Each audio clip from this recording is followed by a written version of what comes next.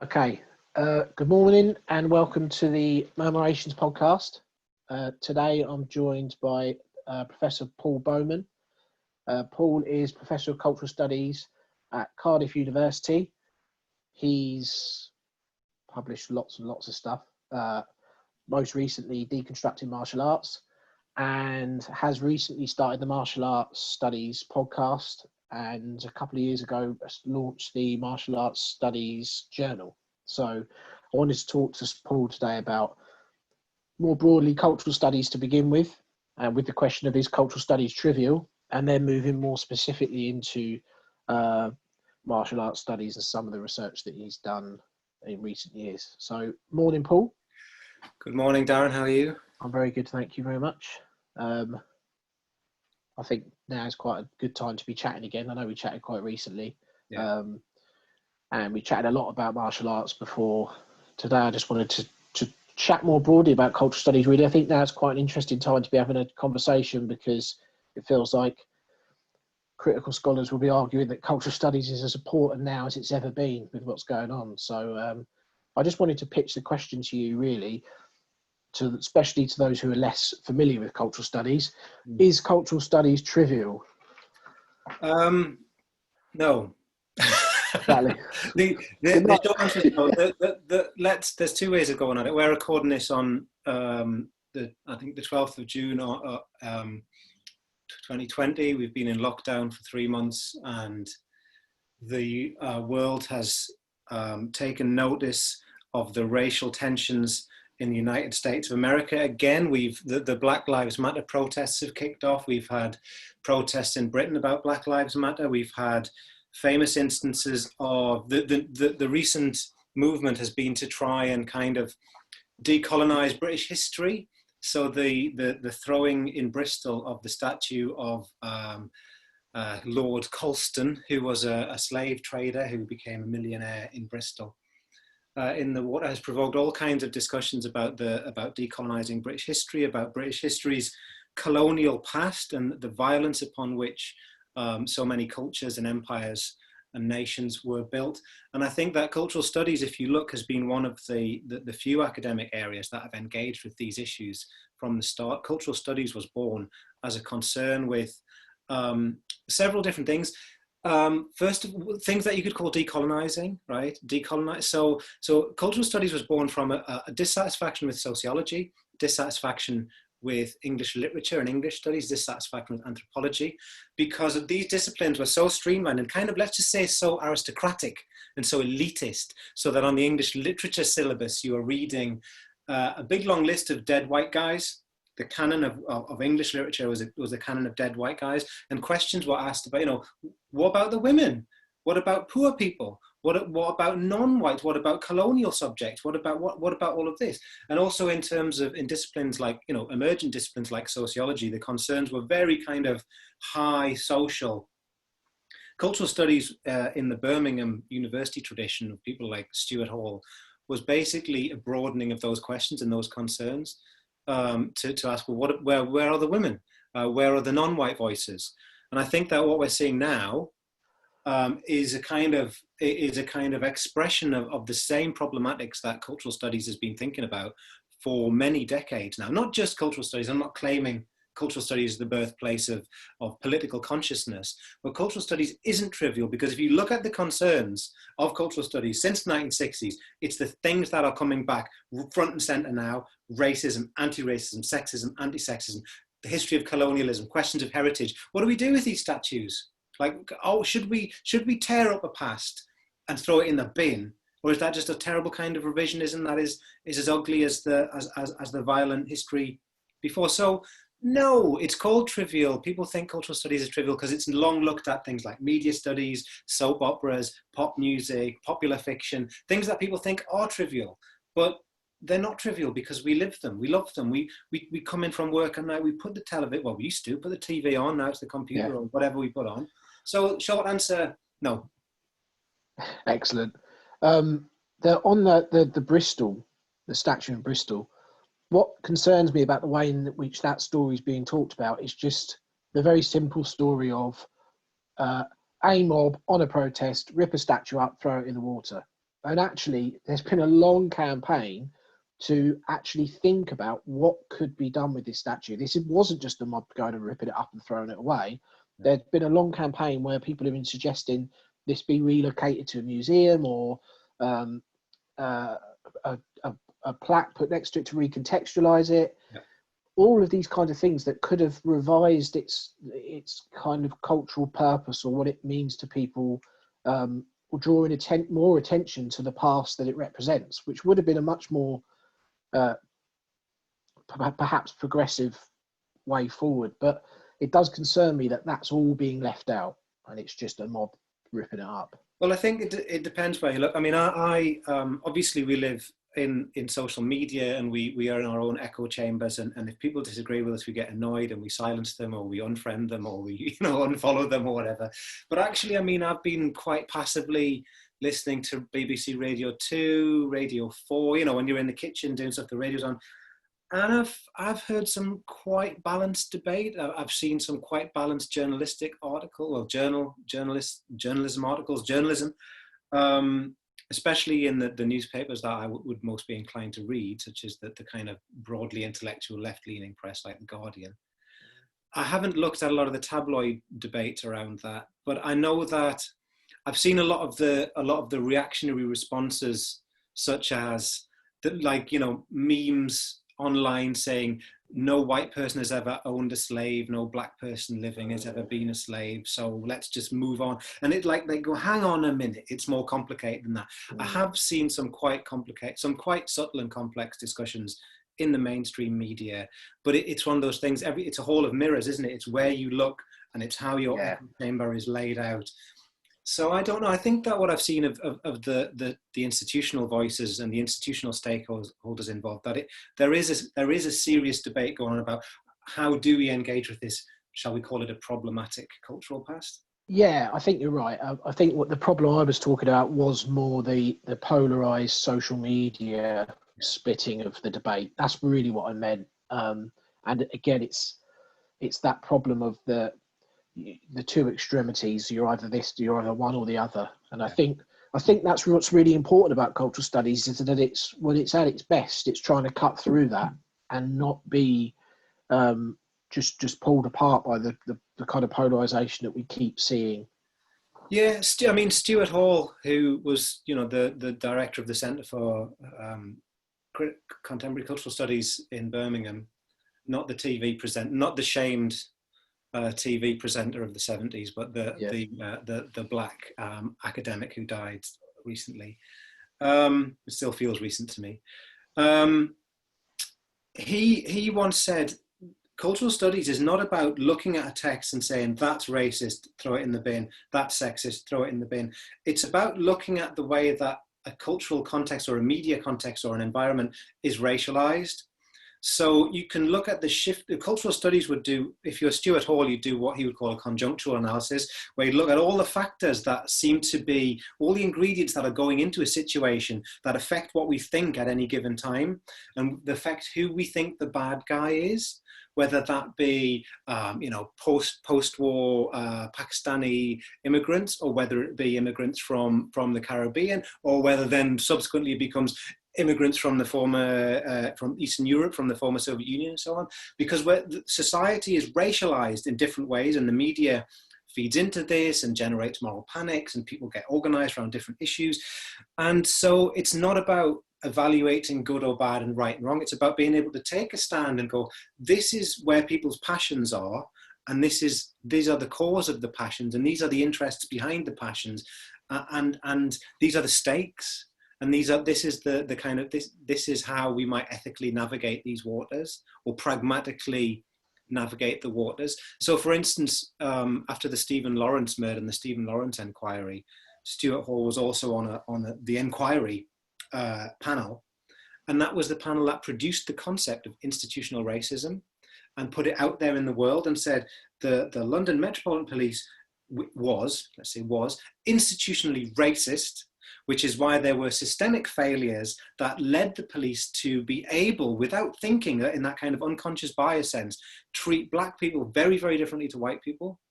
and that is what needs to be addressed on a structural institutional level. So cultural studies is useful for that kind of critical thinking about what are the institutions, what are the mechanisms, what is the status quo, what power does the media have, what role are the politicians playing.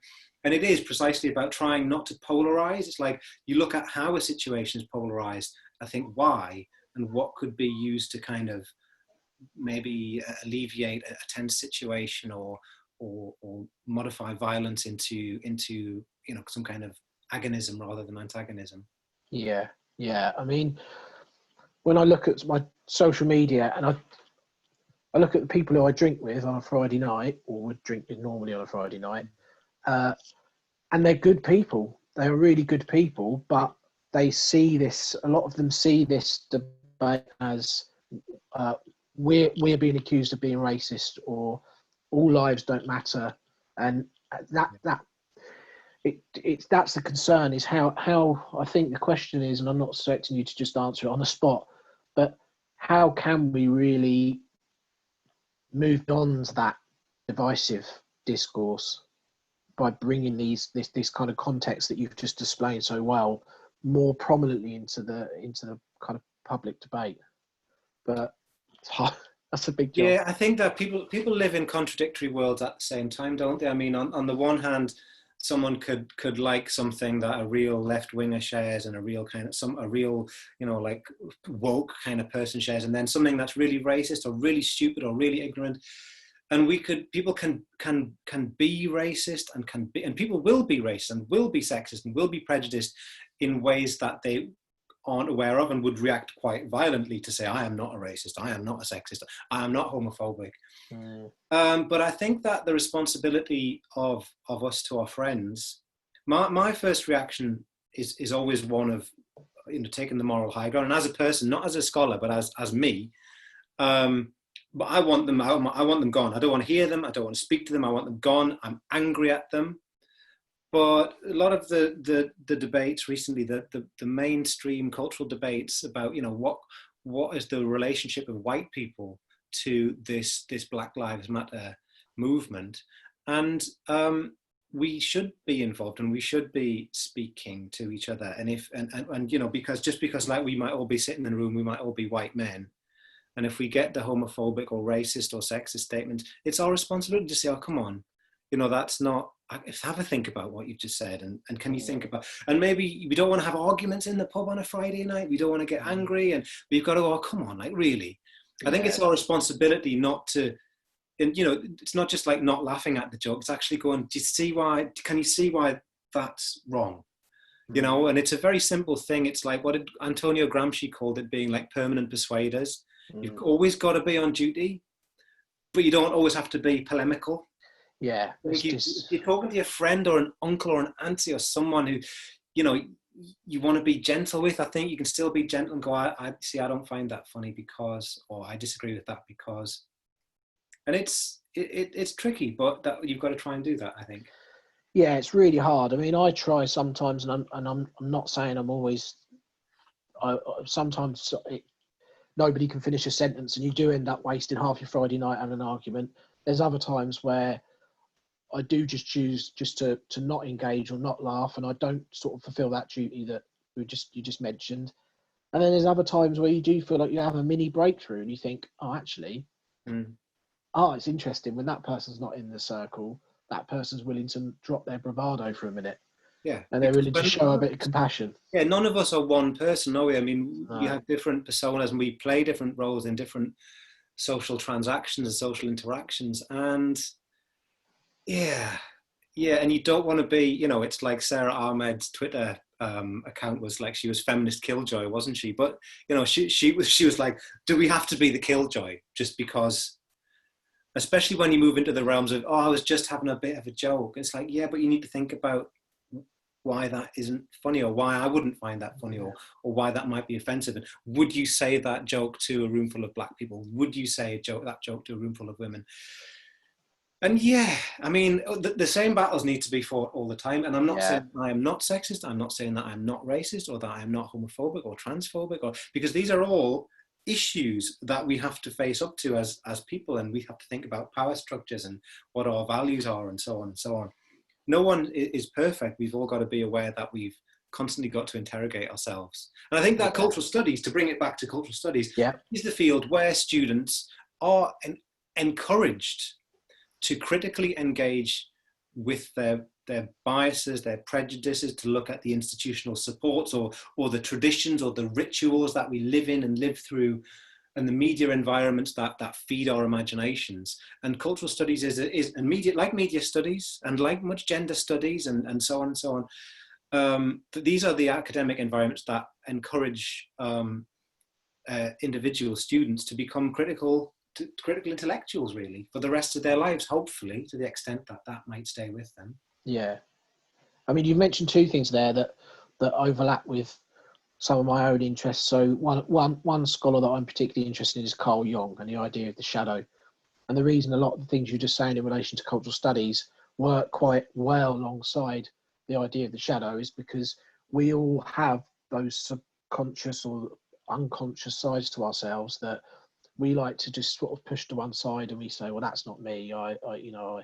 Then we project all those negative parts that from our unconscious onto other people, because it's out there that the problem is. We're all, it's very easy for us to think we're perfect and all the problems are out there. So confronting your shadow is a really important part of doing this kind of work you're talking about, because you can only start to really empathize and engage if you realize that the faults that we see in other people are faults that we carry ourselves as well. And it's just our critical awareness of those faults that is important, rather than pretending that we're perfect. The other thing you mentioned was persona. So persona studies is a growing field, and a lot of the research that you've done already on Bruce Lee, even if you weren't explicitly talking about or engaging with persona studies in its current form at the time, really connects well with that. So in terms of persona, do you want to talk about a little bit about your research on Bruce Lee and why Bruce Lee was a really kind of important person in popular culture? Well, I've given this origin story lots of times, but it was never really about Bruce Lee for me. Bruce Lee was a doorway into something that I wanted to work out how to study. Sure. Because I grew up in cultural studies then and cultural theory. So my PhD was all really about, like, it was real hardcore kind of post-structuralist political and cultural theory. But in that, in reading kind of post-colonial theory and postmodern theory and so on, I used to always think that Bruce Lee was a very important figure at a very important time historically. And so on the one hand, whenever I would mention Bruce Lee to other academics, they would like laugh because they thought he was trivial, right? They thought Bruce Lee was just chop socky, and I would say, no, you don't know the effect that Bruce Lee had on the world, and you don't know how intelligent and clever and innovative he was, and how amazing he was. And he wasn't just a film star. He wasn't just like, we need an actor, here's an actor, do some kicks. It was not that. It was really, really revolutionary. So I wanted to write about Bruce Lee on the one hand to show the people who didn't get it that Bruce Lee ticked all the boxes as an incredibly important cultural force, popular cultural force. I would line him up with Elvis Presley, maybe Che Guevara as an idea. These kinds of figures, Muhammad Ali, these kinds of figures who are like enormously, Jimi Hendrix. These kinds of figure, right? Who were just like, wow, they totally changed the landscape. But on the other hand, I also wanted to find a way to write about martial arts, something that and physical culture generally, like, weightlifting and martial arts and bodybuilding, and which Bruce Lee was equally obsessed with.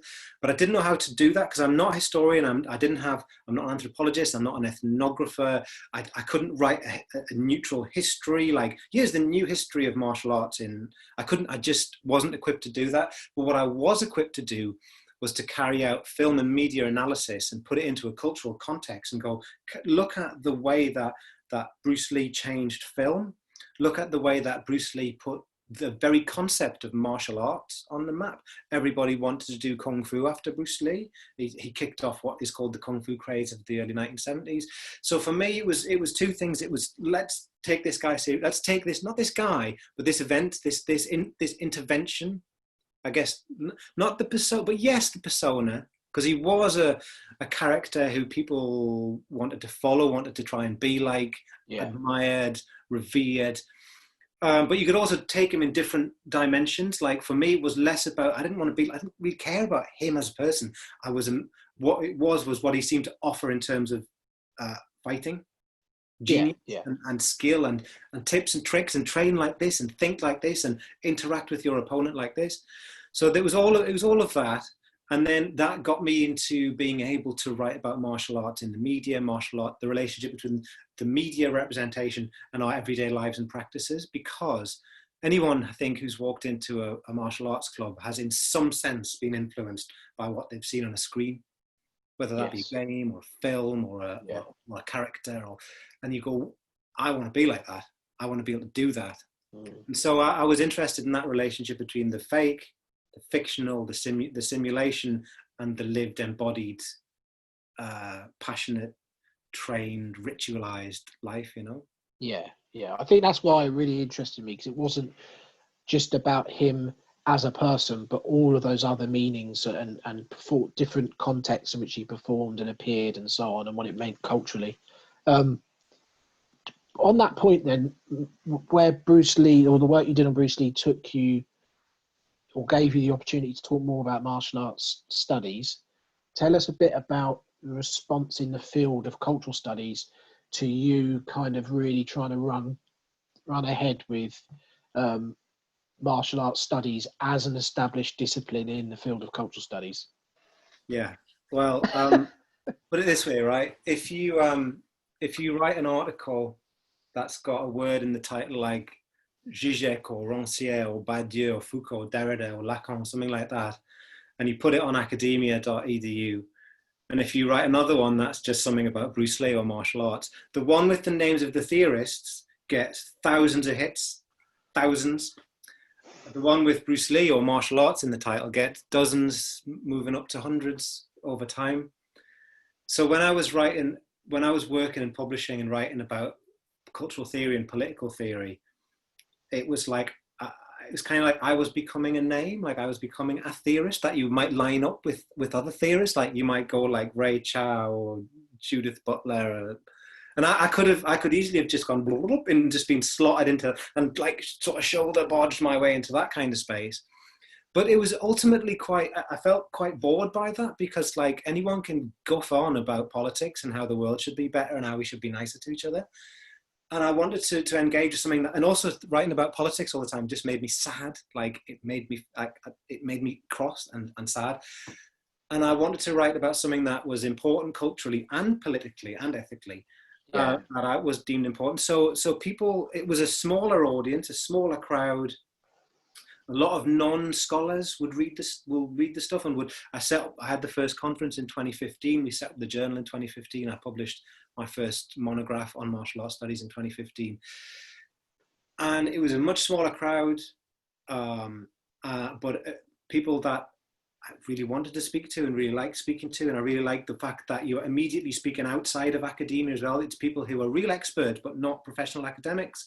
And we all get together and we all just share our love martial arts in different ways. We share this passion in different ways. Colleagues, some colleagues dismissed it. Most of them thought that it was a weird, eccentric thing to do and thing to be into. They still do. You know, it's like a weird, nerdy, eccentric thing.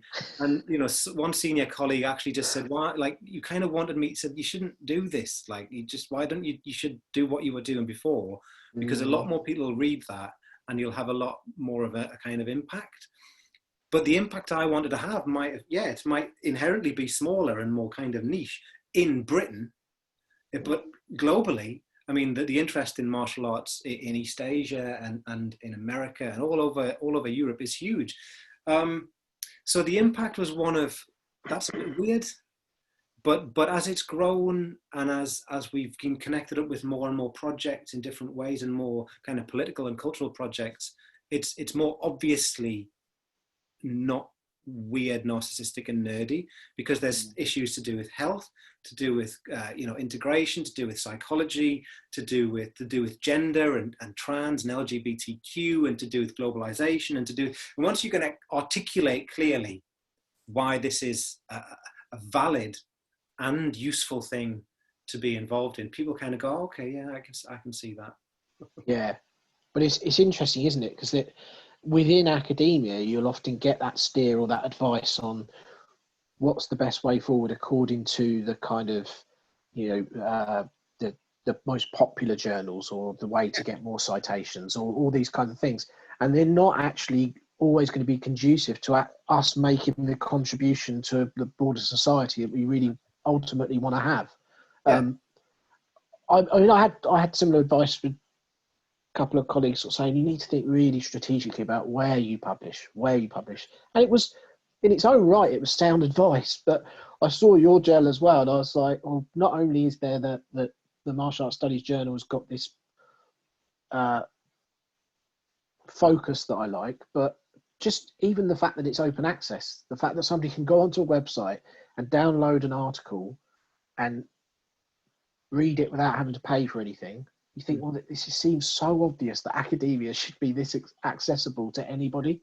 Yeah. Well, I think the thing is that because of the structure of university systems in Britain and in the US and in Europe as well, people are constantly chasing. It's almost like they feel like the ship is on fire. They need to jump to the next ship, and it's they're constantly running across a bridge that they feel is burning at the other end. And this happens a lot, actually, where people think that they're making the right strategic decisions, but actually what they are is disciplinary decisions that are conservative decisions that are often reproducing structures that should be destroyed. So why are we open access? We're open access because we can be. Universities can be. It's pennies to produce an open access journal. Also, I think that if you talk about decolonizing the curriculum, we need to absolutely decolonize our publishing regimes, because, right, if I need to think about the journals I should publish in, right, they'll often you have to make them open access as well now. So an article for me to publish in a journal I should publish in might cost £2,000 for that to be open access, which it has to be for other career reasons, like you should put that into the research assessment framework. It has to be open access. But my university can pay £2,000 for me to publish some article in some prestigious journal. But a university in an African country, or in one of the countries on the Indian continent, or somewhere in Asia, they can't do that. So what we're doing is we are reinforcing structures of elitism and hierarchy that we should be utterly removing. And all these publishers that say academics should pay to have their books published, and that's ludicrous, because what are we funding? What are we underpinning? Why should we pay anyone to have we can just put it online for free. As long as it's peer reviewed. That's the unique thing about academic work, is it should be peer reviewed, blind peer reviewed. It should go through all different forms of critique and testing and challenge. That's the difference between narcissistic publishing and academic publishing. Or vanity publishing. It's like you have to be subject to the harrowing ordeals of people who are likely to hate and or disagree with your work. So as long as it's open, as long as that's happened, that's all you can expect from academia. Peer review should be free. Everything. Yeah. I mean, there's lots to talk about that idea of vanity publishing being a dated concept, providing that it's peer reviewed. So, providing you can get you get a rigorous peer review process, this idea of who it's published by and where it's published, we really need to sort of move beyond. Yeah. So in terms of martial arts studies, you've recently started a podcast. Yes. Do you want to talk a bit about because I'm just starting this out as well.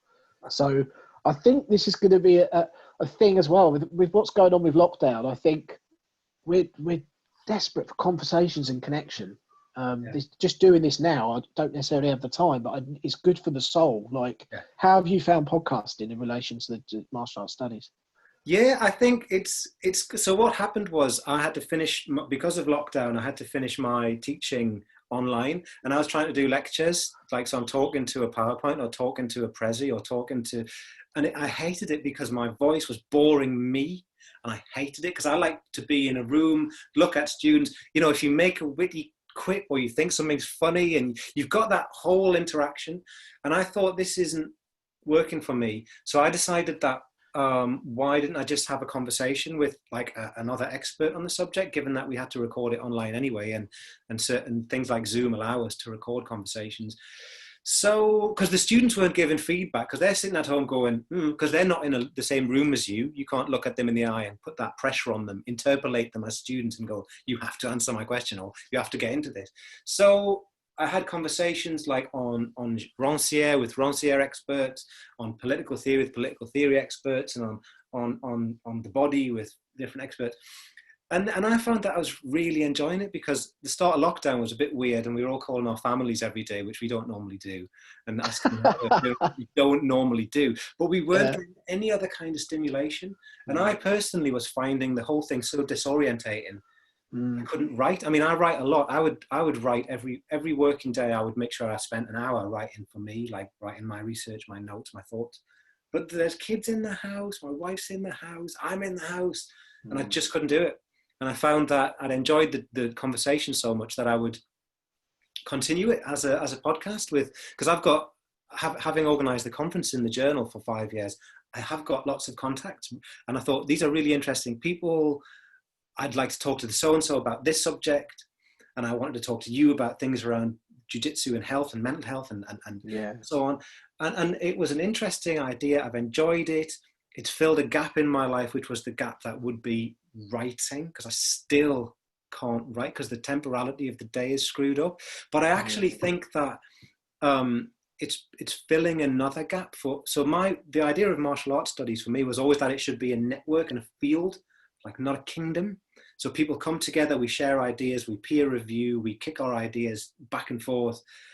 And it just needed like a nexus. So I'm not like the king of the field. It's not my thing. No one pays me any money. I'm not in charge or anything. I just go, hey, let's have a conference. And people go, yeah, okay. Hey, let's have a journal. Come and people go, all right then. Because academics tend to work on their own stuff, and it takes someone else to say, come on, let's have a chat about that. So I do that.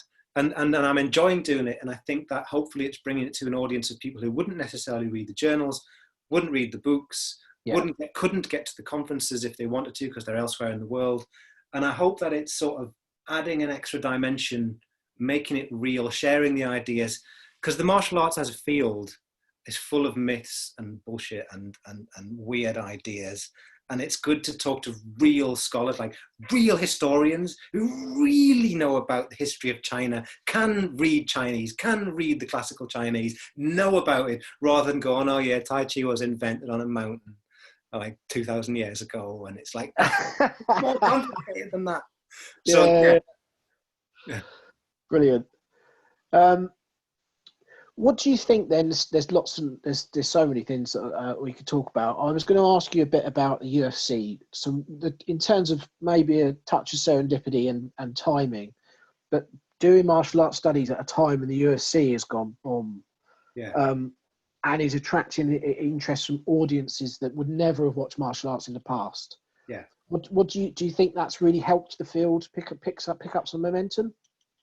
I think that the media, the global media success of the UFC has brought the concept of martial arts and combat sports much more into the mainstream, because it's in the concept of sport now in the West. So martial arts were always quite niche, quite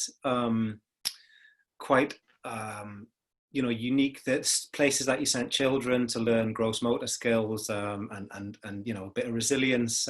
But if you're an adult doing martial arts, you were always a bit weird.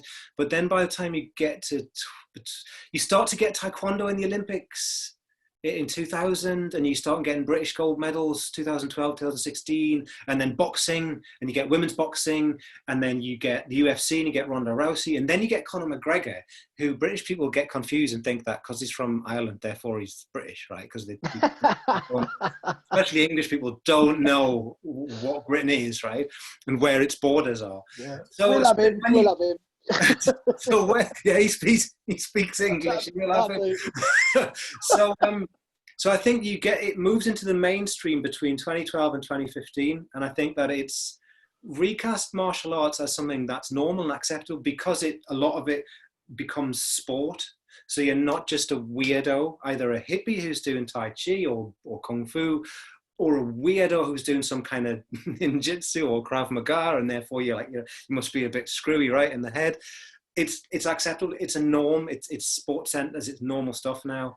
And I think the UFC blazed that trail, big style, to make it more intelligible. And, and the UFC became less brutalized, less brutal, less obviously brutal. I think that really helped it. The UFC has been, since 1993, it's had a huge impact on martial arts practice around the world and on the status of martial arts around the world. Not all good, but it's certainly it brings things into the public consciousness and the practitioner consciousness that would otherwise not have been there. Yeah, I didn't realise until the other day that it was, as an organisation, it was like that just before Dana White bought it, and Dana White could have came in just at the right time. And until then, when it kind of really took off, it was really struggling as an organisation. Yeah. You've just published a piece, haven't you, about masculinity and representation in the UFC, or media representations around the UFC. Do you want to talk about that a little bit? Because I think that's really interesting. The idea was a guy, a professor in Durham University called Kai Schiller, who was interested in masculinity and combat sports. I think he's interested in sport and masculinity and the way that's changed and functions in different ideological contexts over the years. And I've never wanted to talk, I don't like to talk in an established theme, so I don't want to talk about cultural appropriation or toxic masculinity, because these are just like kind of really nebulous, populist kind of themes. But I thought it was a good opportunity to hit some of those themes and to try and do something different with them. So I wrote a provocative title, and it was Intoxicating Masculinity, and it was about toxic masculinity, and it's about MMA hard men, and media representation. I thought I'd just try and draw people into this by hitting a lot of key terms: toxic masculinity, media representation, so on.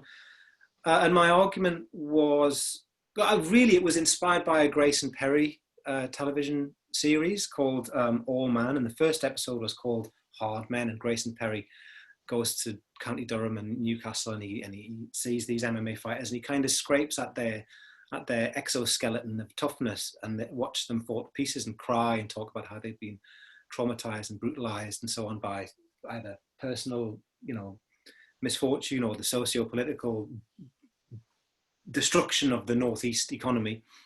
And I wanted to, and it just raised loads and loads of interesting questions, and people should watch the Grace and Perry series if they can. It's just fabulous about the construction of masculinity.